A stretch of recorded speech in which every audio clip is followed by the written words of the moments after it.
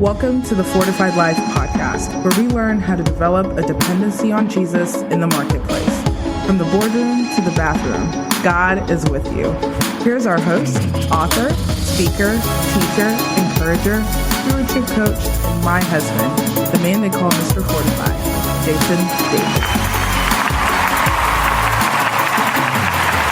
What's going on, everybody? Welcome to another episode of the Fortified Life podcast. We're back every single week talking about building a dependency on Jesus and the marketplace. And I've got to tell you, this next episode, folks, if you want to hear an inspiring, motivating story, then you've come to the right place. I've only known this individual for a short time, but she is very quickly becoming one of my favorite people for sure, and you're going to see why. But before I bring her on, let me introduce her to you. Sara Im grew up in Cambodia, where she overcame 4 years of captivity and mass genocide that claimed 2 million lives. Through her own resilience and God's help, she escaped, fled to America, graduated college, and wrote an award-winning book called How I Survived the Killing Fields. Now she inspires others to have hope, courage, and a positive perspective in life. Her impactful message has been heard at corporate events, conferences, churches, schools, TV, podcasts, radio, and more. She's the owner of Smart Healthy Living, a wellness business, and director of Christian Professionals Network of Tampa Bay, Florida. In her spare time, she enjoys participating as a member of Women's Speakers Association, Toastmasters International, and Better Living for Seniors. Sara resides in Florida, where she is about to celebrate her 34 years of marriage with her husband. Ladies and gentlemen, please welcome to the Fortified Life, Sara Im. Sara, how are you doing? Very good. Thank you, Jason, for having me on today. Absolutely. Well, Sara, what people don't know is we've had some conversations offline, and we had a lot of fun in those, Sara, and now we get to invite everyone else into our conversation. And so, Sara, what's unique is in your bio, you overcame a lot of adversity. So we know where you are in 2023, but take us back through what happened, because your testimony is so powerful. I know you have a lot of time to reflect on what God has done in your life. So just tell us a little bit more about who you are and how you got to the point where you are professionally, and then we'll start diving into your story. Okay, sure. Let me start with my family, because they are the foundation of my life. Love it. I love my family. I love my mom, my dad, my brothers. We live in a countryside, and I was the firstborn. And my mom wanted to make sure that I was loved. She expressed it so well. So I feel so loved when I grew up. My parents believed in higher education. So as soon as I graduated from high school, I went off to college. And college is far away from home. It takes about one whole day of driving to get there in the capital city. So I left my family behind. While I was pursuing my higher education, looking to become an engineer and all that, the future looked so bright at that time. And then, bam, something hit me like a rock hit my face. Wow. When the communist Khmer took over our country. They invaded Cambodia. They came in a military takeover into the capital city. Can you believe it? I don't know that I can imagine, but gosh, that had to be scary. It was very scary. All of a sudden, we see the military truck and tank and the soldier marching with big gun and all that in the city. Oh yes, it was fearful. I was very scary. And abruptly, they shut down everything. Nothing was operating, including the bus line and the airplane. So what that means, it means that I'm stuck. I can't go home. And not only that, they start to evacuate people out of the city. So that means we have to leave everything behind and we walk away with nothing. We have been stripped away from everything that we ever had.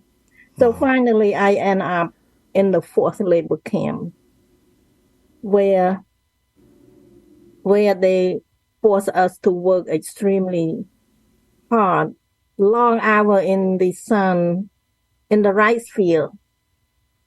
I was starved, exhausted, and seriously sick. And then finally, I contracted several diseases. And when I got too sick to work, they sent me to an infirmary. Infirmary, it means that I don't have a chance to be well. They just send me there and just sit and wait. If I wait long enough, I will die because there's nothing to help me out. Wow. But thank God, I believe there is God that is bigger than anything. And at that time, I was just want to do anything possible to save my life. I did not want to give up. I'm dreaming about going back to my family, but how? So when I got too sick like that, I was praying and asked God to help me to help me. And God answered my prayer in the most mysterious way. So one morning, I woke up very early in the morning before everybody else. And I walked out from the infirmary. I sneak out. Nobody saw me. And I went back to the workplace. And then thank goodness, one kind person saw me. She's a team leader and she feels sympathy for me. I look so frail and so sick, and she tried to help me. And finally, she realized that I cannot do much work in the field. So she talked to the kitchen people and they say, okay, send her in. She might be able to help out something. So you see, God knows where I need to be. In the kitchen, there where I get food. I work in the shade. I work less hours. So pretty soon I start to recover my health. Gradually, slowly. And I felt better. But the story didn't end there. They did not let me stay there for too long. The big boss saw me look better. He pulled me out and threw me back into the rice field. Wow. Here we go again. Back into the rice field. Hard work. For 4 years I worked. Yeah. My health started to decline again and everything. So finally, they moved the camp. So they moved the camp to the jungle. When I realized that, they moved us into the jungle, that's not the good direction. I don't want to go to the jungle. I want to be closer to Battambang, where my family lives. So what can I do? The only way to get my way is to escape. Wow. God gave me the courage to attempt an escape. So I gathered 3 friends, asked them to come with me, and they say yes. We make a very dangerous escape. But God was with us. He protected us. He guided us in the darkness of all. in the jungle. There is no light. We wait until nighttime to make this happen. Escape at night. So somehow, some way, we get out from the jungle without getting lost. So when the morning come, we realize that we were free. We were free. Unbelievable. It's unbelievable. But Wow. But it was so true. And looking back, every time I tell this story, God must have been with us. God must have been directing us. Yeah. My gosh. Sarah, how even mentally, I can't imagine the number of emotions going through your mind. I mean, this is literally like life or death. And so what, how are you able to even keep going? Yeah. I surprise myself too. And I look every time when I think back, I say, how could I survive? How could I pull it off? By the grace of God. That's the only answer I can tell you. Amen.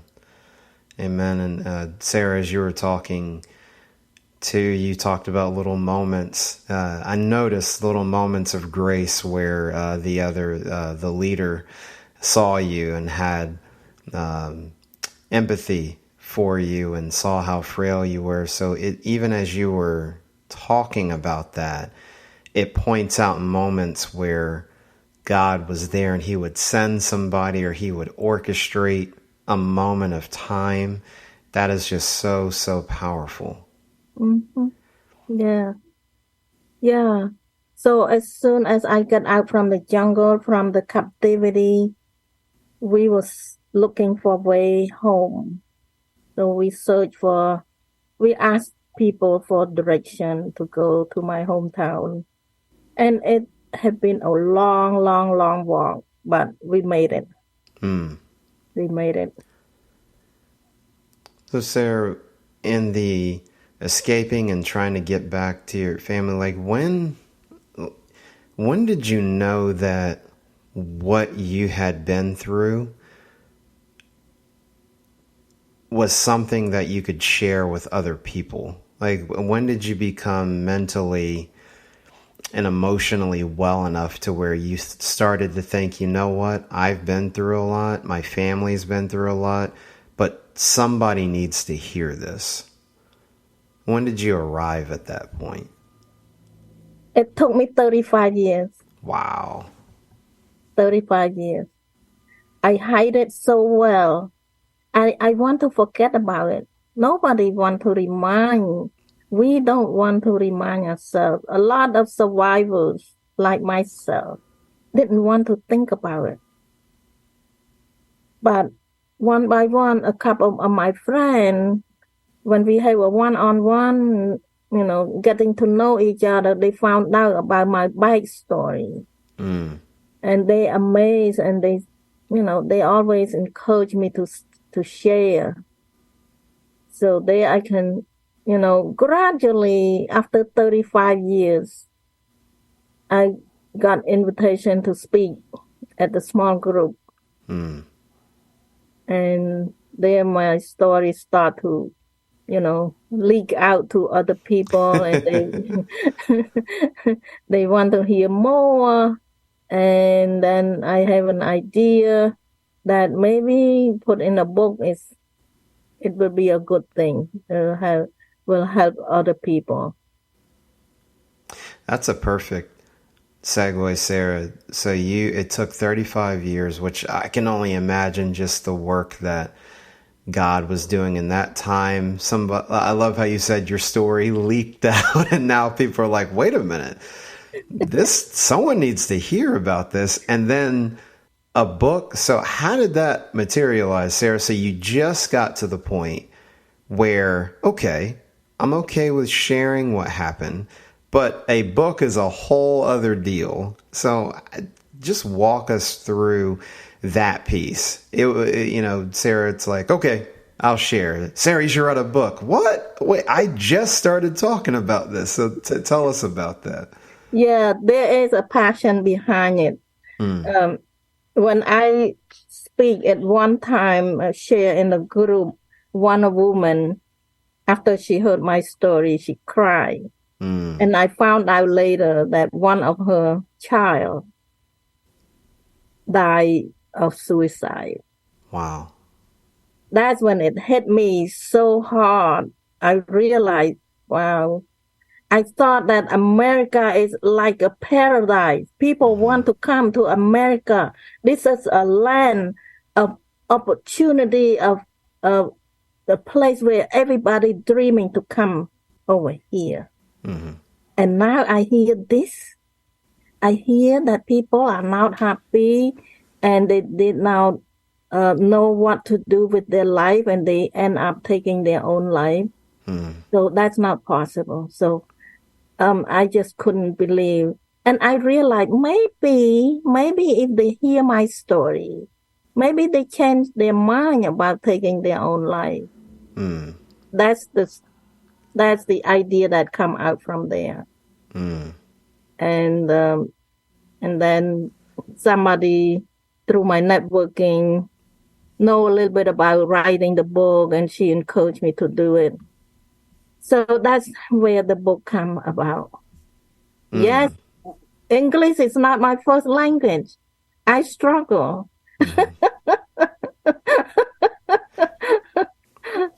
The story is still just as powerful, Sara, just like when you and I met. It just unbelievable. So you're going through the process, you have people supporting you again, God's grace there again. He knew that you went through one thing as his daughter, and then there were other people. And so you hearing about the suicide from the other person, and then so now you've kind of got this call to action.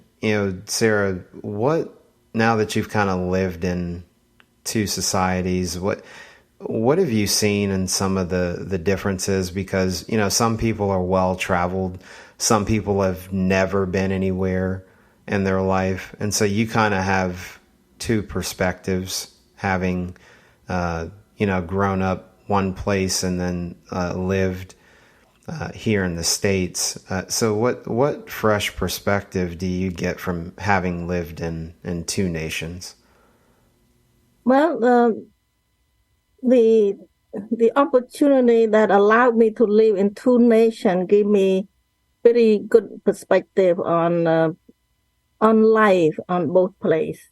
In Asia, people appreciate the family. So family is everything. People don't move far from their parents after they get married. And some family, they just live in one big house together because that's their safety net and their support network. And they never have a nursing home for older people. We never heard of a nursing home because family, the children will take care of the parents. So that's kind of love that we have among each other in our own family. But in America, it's more individualist. As soon as the child turn 18, the parent want them to move out and learn to live their own life. So they teach independence. So that's the complete different perspective on how much different that is. Yeah. But what if the 18-year-old is not ready for life? That's where it turn bad. Got it. Yeah. So Sara, you've seen a lot, living in two countries. God has his hand on your life. You now see that, hey, I think I can encourage people. Where do you think the business aspiration came from. So it's one thing, okay, I'm telling my story, I'm writing a book, and now all of a sudden people are like, Sara, can you tell me more? We invite you to speak. So when did the entrepreneurial kind of aspect of things come into play, given everything that you had gone through? Yeah, it's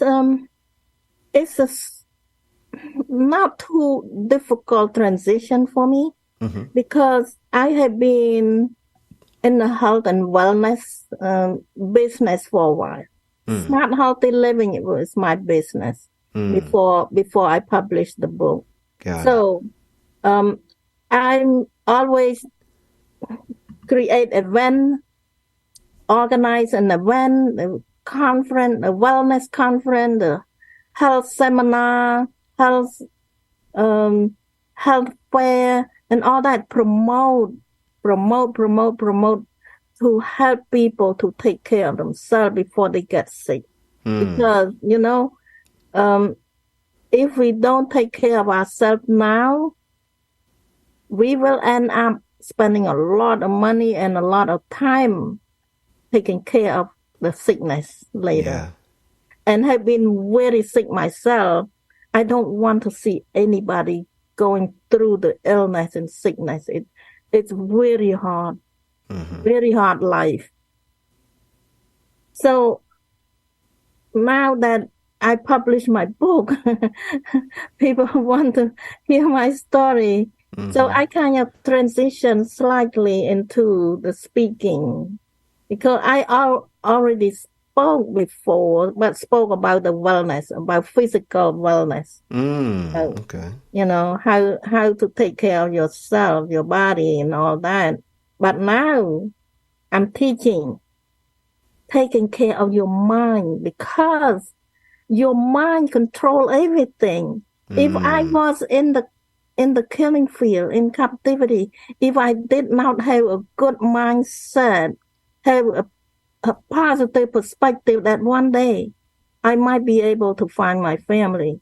If I didn't have that light, I didn't have that hope, there's no hope. If you don't have the hope, there's no hope. Yeah. So there where I see the need, people need to have a healthy mindset, a healthy physical and emotional and spiritual mindset. That's good. So, yes, before I thought about physical wellness, it was a good first step. But now I get into the whole of the well-being. It's very important. We have to take care of ourselves spiritually, emotionally, and mentally. Amen to that, Sara. Sara, coming off of the pandemic, which, gosh, I mean, it affected the entire world, and it played out in different nations in different ways. But with your background and understanding wellness, what is maybe a couple of tips that people should think about coming out of the last 3 years? Yeah. Last 3 years was hard for many people. Yeah. Especially for older people that depend on the younger people to support them and all that. But even young people still have a hard time. So I will encourage people to get out of the hiding. Now the pandemic it's lifted. There's no more coronavirus. Well, you have to do some precaution, but start to reach out to people. Relationship is very healthy. Yeah, that's part of the study that I follow, and I realize that relationship, it means everything. It helps you to live a healthier life mentally and emotionally. And also make sure you take care of your body. Feed your body with the good nutrition and good supplement and Avoid the bad stuff.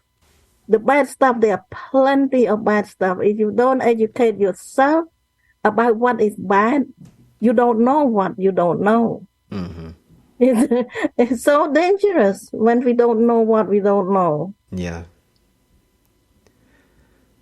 Sarah, is there any way to, because, on the food side, and I completely agree, just the relationship, there's just richness of soul when you're around people, family, friends, those who care about you, because so many were isolated during the pandemic. And now everybody's coming back outside again. But you know what that means, Sarah? That means everybody's running out to go eat now. So how do people kind of cut through all the fads and all the noise, Sarah? Because some people are saying do this diet and some people are saying do this. What is maybe some basic things as people are trying to better understand how to eat? What are some things maybe they should keep in mind? Well, I personally, I don't believe that diet is the main purpose that people need to follow. The lifestyle, the healthy lifestyle that people need to adopt. Healthy lifestyle start from just the basic exercise routine. Have a routine exercise. First thing in the morning, do some stretching and walking around the block. And then the food, it's not, don't go for the diet.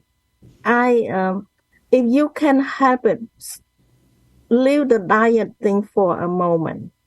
Start eating the right thing. Eat a very balanced food. Protein, vegetable, carb, and just protein and carb, just to make sure that it's well balanced, and maybe reduce the sugar intake. Got it. In my house, we stopped buying sugar for about 20 years now. Wow. There's no sugar in our house. Everything that we buy from the store, there's some sugar in it. Sure. Yeah, there's no need to add sugar to it. Got it. Yeah, so balanced nutrition is very good. And also go for the organic stuff because the pesticide spray leave a lot of bad residue on the produce. You want to make sure you clean well, or just go for the organic. And the meat, I mentioned meat earlier. A lot of people go for vegetarian now. They don't want to eat meat anymore. Yes, meat have bad reputation because of the commercial raising of the chicken and pork and beef. But if you are looking for organic or free-range chicken, that is still good. We need the real protein from animal. But a lot of people can contrast me with that. They say, Sure. "Oh no, meat is not good." Yeah, if you eat a regular meat, commercial way raising, yes, it's bad. But you don't have to follow the crowd. You don't have to look for the cheapest one. Yeah.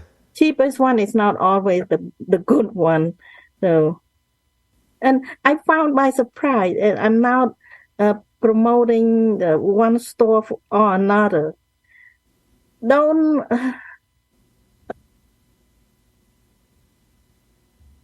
can find free range chicken in the Walmart grocery store.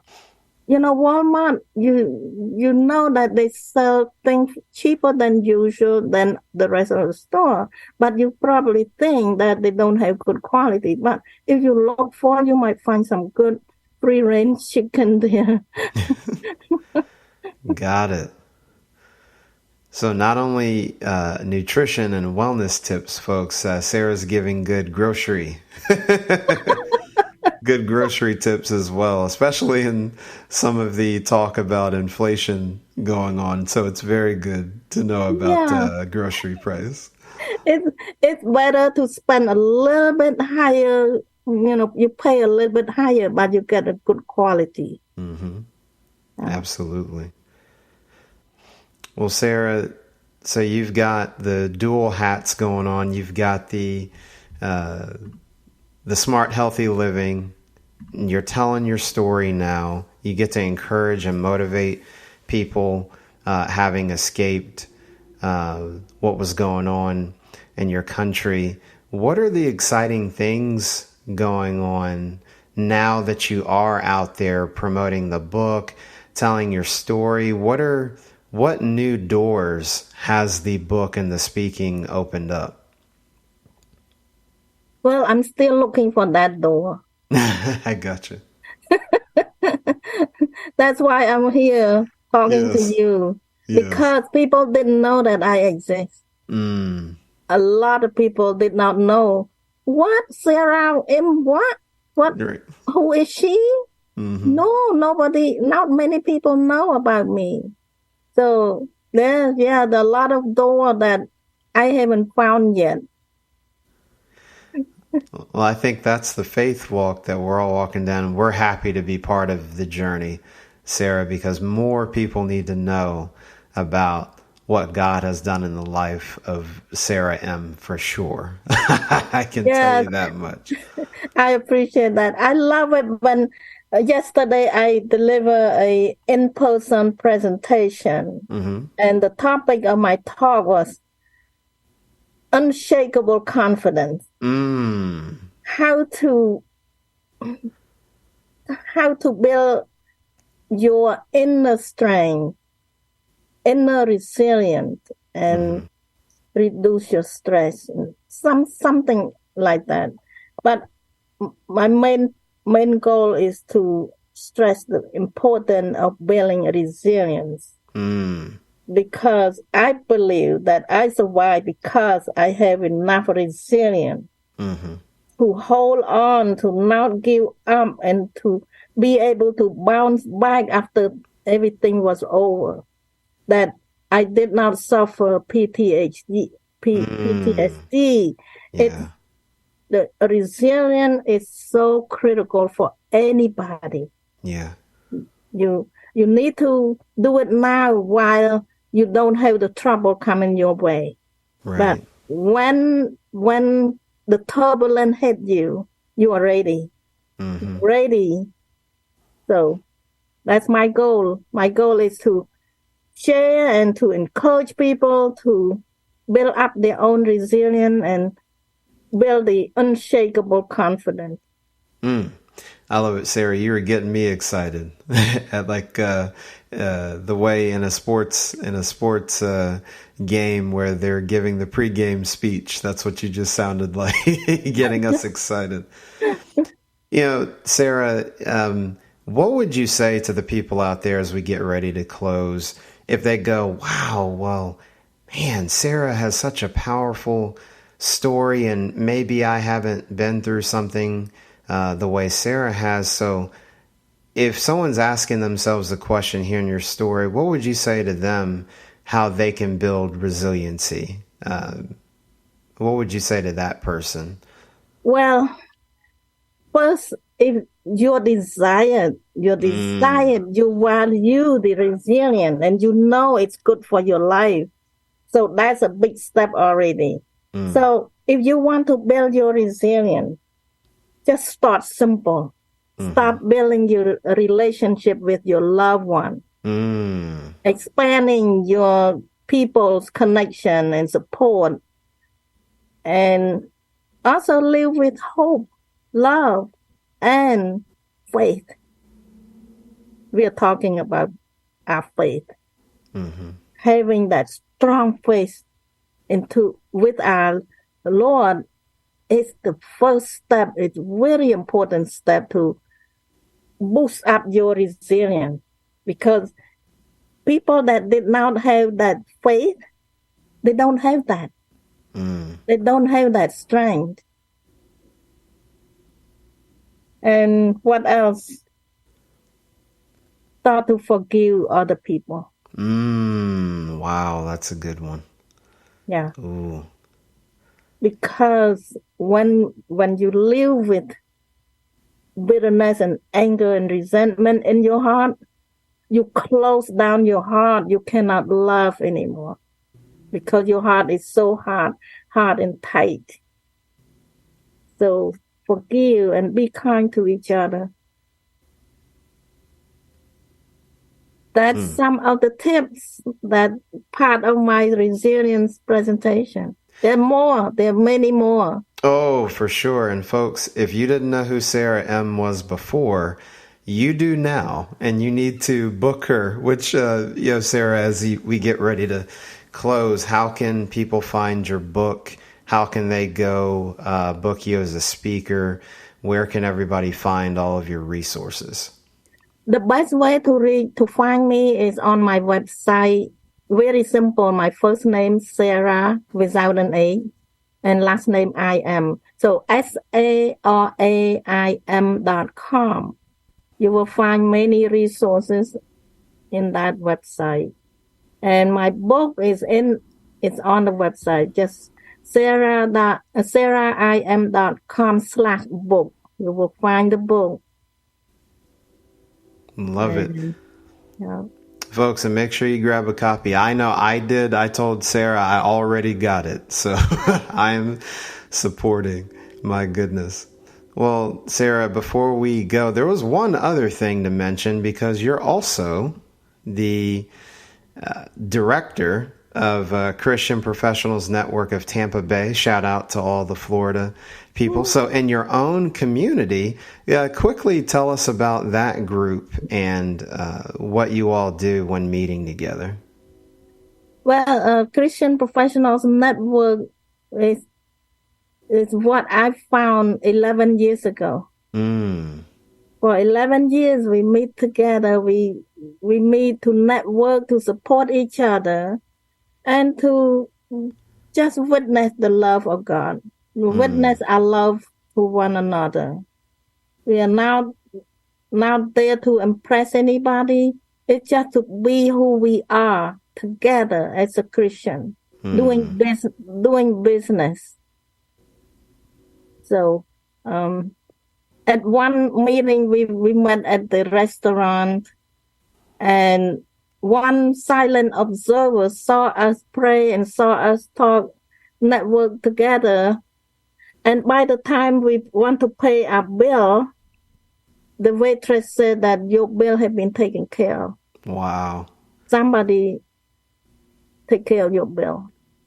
So that's who we are. We just do the way that we are. And we love each other, we support each other. Then we meet online as well. So we have people come to meet who are meeting from all over the country. Yeah. Wow. Love that community. Love that. So folks, we'll have all of Sara's information in the show notes. So again, Sara, SARAIM.com, SaraIm.com. You can grab a copy of her book. You should definitely get it. I've got it. And then the Christian Professionals Network of Tampa Bay. We'll have links to all of that in the show notes. Sara, you have inspired us. You have challenged us. You have motivated us. What's maybe one parting word you'd like to give to the people before we head out? One parting word. Have faith. Have faith. And never give up hope. No matter how hard life is, keep your hope up. Because God is with you. God loves you. If you give up hope, there's no hope left. There's nothing to pursue. Once you have hope, you have purpose, you have faith, life keep moving. keep going. So that's my parting word. Amen. A woman of wisdom, Sara Im. And folks, you have not heard the last of her. She is just getting started. Well, Sara, I want to thank you so much for taking time out to come on the podcast. I believe this will bless people, and more people need to hear your story. We're just glad to be a part of your journey. Thank you, Jason, for having me. I appreciate you, appreciate what you do. I like your podcast. Love it. Well, folks, hey, it's good when the guests, when they endorse it, that's a good thing. Well, that's all we have time for here on the Fortified Life. Again, we'll have all of the show notes available at the fortifiedlifepodcast.com or jerichoforce.com/podcast. You can find the show notes there. Folks, you know how we leave things. Don't compartmentalize your faith in the marketplace. And from the boardroom to the bathroom, God is with you. We'll see you next time on the Fortified Life podcast. Thank you for listening to the Fortified Life podcast. You can catch us live on Wednesdays at 8:30 p.m. Eastern Time and on demand. Check out fortifiedlifepodcast.com for more details. To learn how to live out your faith in the marketplace, grab a copy of Jason Davis's book, Fortified, Being Rooted in God's Plan for Work and Business. Available on Amazon. You're listening to Your Worldwide Podcast.